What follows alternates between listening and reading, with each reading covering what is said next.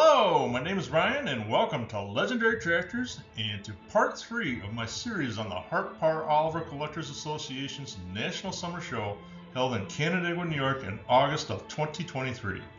The show featured some rare and beautiful tractors from Oliver and many other companies that related to Oliver in one way or another. Before we get going, I would like to ask that if you enjoyed today's show, please take the time to like, comment, and especially subscribe to my channel, as it will allow me to bring some more content like this to you. Be sure to check out my other videos about legendary tractors, especially the 2 previous videos that I've done on this excellent show hosted by the Empire State Oliver Collectors Club, who did an amazing job setting this show up. Now, let's get started. This is a really nice looking G1355 in its work clothes. In my previous 2 videos about the Hart-Parr Oliver Collectors Association show, I have discussed several tractors that were rebranded, either made by Oliver and sold as something else, or tractors that were made by someone else and sold by Oliver. The G1355 is something different altogether. I feel like it was a tractor that went through an identity crisis. Built from 1972 to 1974, it was a Minneapolis molding project that used the Mini-Mo 585 cubic inch engine and what was essentially the rear half of an Oliver 2255. To complicate the identity crisis, it was built at the Oliver plant in Charles City, Iowa, and used the molding model number G1355 until it didn't. It was later sold as the Oliver model 2270, which also really made no sense to me, as Oliver was selling the 55 series at the time. Why not just number it the 2155 or 2355? Maybe one of you viewers knows and can let me in on the secret. The G1355 produced 147 PTO horsepower and weighed in at 17,100 pounds.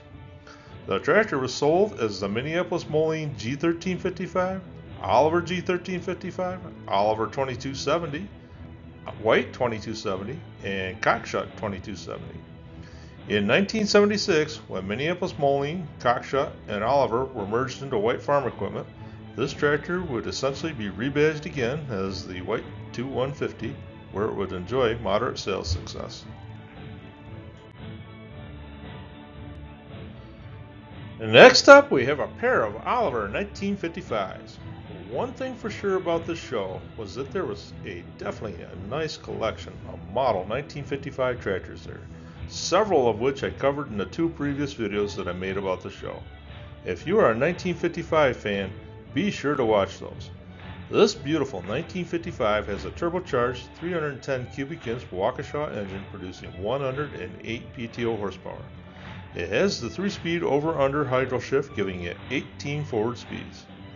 I really like the 2-post ROPS with canopy, as I think it really adds to the look of the tractor, and they really make a big difference when it comes to being out in the sun or rain all day. If you've ever driven a tractor with a canopy, you come to appreciate its benefits really fast.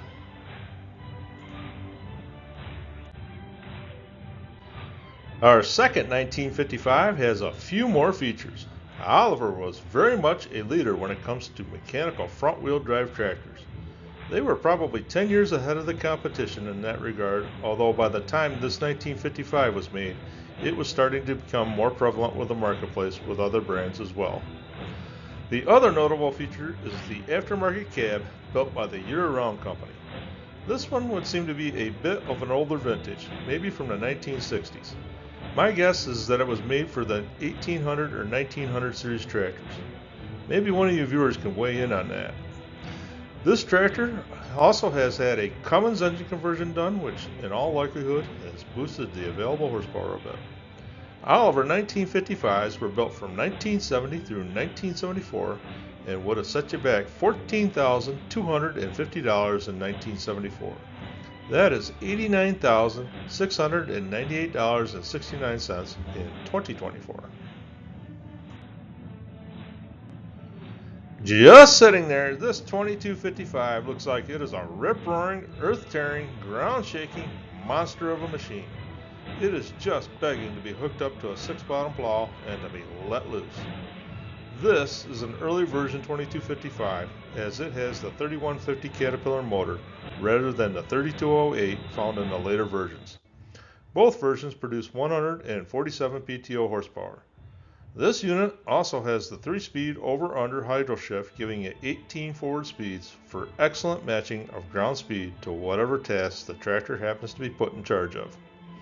There were a total of 2,160 2255s produced. Of those, around 558 were equipped with front wheel assist. The 2255 was manufactured from 1972 to 1976 and had a list price of $18,500 for the base model in 1976. That is about $100,896.85 in 2024. Remarkably, that is probably not too far off of what you would pay for a tractor with similar features today. The only question would be is if today's tractor will be looking this good some 50 years on from now. Hasta la vista, baby. Minneapolis Moline was a sister company to Oliver under White Motors Corporation. Other than that, the Mini Mo G1000 Vista has absolutely nothing to do with Oliver. It isn't rebadged. It doesn't share any commonality with Oliver in any way whatsoever. I don't know how true it is, but there are stories that the two companies did not play all that well in the sandbox together back in the day. So, you might be asking yourself, Sal, why is he putting a Mini Mo G1000 Vista in a video about Oliver's? Well, the answer is that it was at the Oliver Show, and I like it. So here it is. Minneapolis Moline started producing the Vista version of the G1000 in July of 1967 and ended in 1970 when it was replaced by the G1050. The G1000 Vista might possibly have the nicest operator station of any tractor produced during the era. Today, all the rage is the aftermarket old man steps that you see mounted on all the other tractors from this time frame. New open station tractors sold today have nice uncluttered operators platform. Mini Mo had it all figured out with the Vista in 1967. Look at that thing. Easy on, easy off. Everything is out of the way so you can sit down and get down to business. All the controls are right where they should be and you can see everywhere. The G1000 produces 111 PTO horsepower. It featured a 5-speed main transmission with a 2-speed amplitorque transmission, giving it 10 forward speeds, although there were 35 units built that had a 3-speed amplitorque for a total of 15 speeds. The early versions of the Vista had open center hydraulics, and later versions were switched to closed center system for improved flow and pressure characteristics. During its production period, there were 565 LP gas-powered versions and 1,610 diesel-powered versions of this tractor. In 1969, a Mini Mo G1000 Vista cost $8,200. That is about $69,337.14 in 2024 when adjusted for inflation. Out of the 20 to 25 tractors that I have discussed in the 3 videos that I made about this show, I believe that this Oliver 1850 might be the first tractor with a gasoline-powered engine. I do not have any data on how many gas engine 1850s were sold versus diesel, but my guess would be that it's about a 35-65 split in favor of the diesel. So how come there are not more gas-powered tractors? My guess is that it came down to economics, with farmers selling or trading in the gas versions because of fuel efficiency during the 1970s oil crunch. According to the Nebraska test for the 1850, a gas-powered engine burned 7.8 gallons of fuel per hour, while a diesel used 6.1. That is about a 28% difference in fuel efficiency. In 1974, when the price of fuel was 53 cents per gallon and you were putting $1,200 per year in the tractor, it was going to cost you $4,960.80 for fuel for the gasoline version. The diesel would set you back $3,879.60. For a better perspective, in 2024 dollars, that would be $31,226.48 for the gas version, or $24,420.70 for the diesel. A yearly savings of $6,805.78. Doesn't take long to pay for a new tractor by switching to diesel.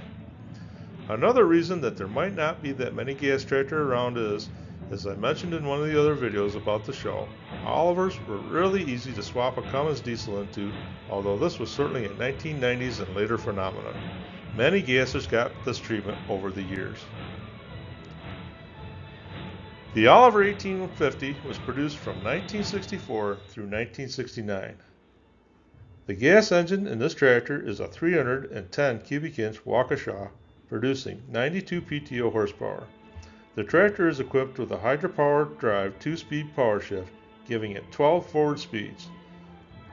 Original price for an 1850 Oliver in 1969 was $8,500. This Oliver 1750 Special is a tractor that I've heard about, but I really just don't have that many facts on. So let me tell you what I do know. The standard 1750 was offered from 1966 through 1969. It featured a Waukesha 310 cubic inch engine producing 80 PTO horsepower. The typical 1750 came with a straight 6-speed transmission plus either the 2-speed hydropower drive giving it 12 forward speeds or the 3-speed over-under hydro shift giving it 18. Sometime during the production of the 1850 tractor, Oliver decided to market a special version to compete with the John Deere 4000 and the International Harvester 856 Custom, which were stripped down, no-frill versions of those tractors. Apparently, someone higher up at Oliver liked the idea so much with the 1850 that they decided to do it with a 1750 as well. The tractor came with just a 6-speed transmission, no hydropower or over-under. It typically had just one hydraulic remote, had pressed steel rear wheel centers instead of cast iron, tilt steering but no telescoping, single lights in the fenders, and a special paint color. The green I think was a bit lighter, and the standard clover white was changed to something that was sort of like a light pea green instead, which you can really see in the front wheels of this tractor. And of course it had the special decal on the hood. In 1969, a standard Oliver 1750 would set you back $7,400. Any thoughts on what a special might have cost? If you have any more information about the Oliver specials, I would love to hear about it in the comments. So I'm going to end today's show with something just a little bit different. Oliver built a lot of things besides tractors over the years, and there were some terrific displays at the show of some of these items. For the most part with my videos, I want to stay in my lane of legendary tractors, but these boat motors were interesting enough that I thought that they warrant a mention. In 1954, Oliver bought the tooling from Chris-Craft to begin producing outboard motors. The motor pictured here is the Model K Commander, which made 15 horsepower at about 4,000 RPMs. In 1960, Oliver sold this boat motors to Perkins, who manufactured them and sold them for a while in Europe. I hope that you've enjoyed this discussion about Oliver tractors. If you have a good story about your favorite Oliver, tell me all about it in the comments. Please remember to like, comment, and subscribe to the channel, and I will see you next time when we discuss some more legendary tractors.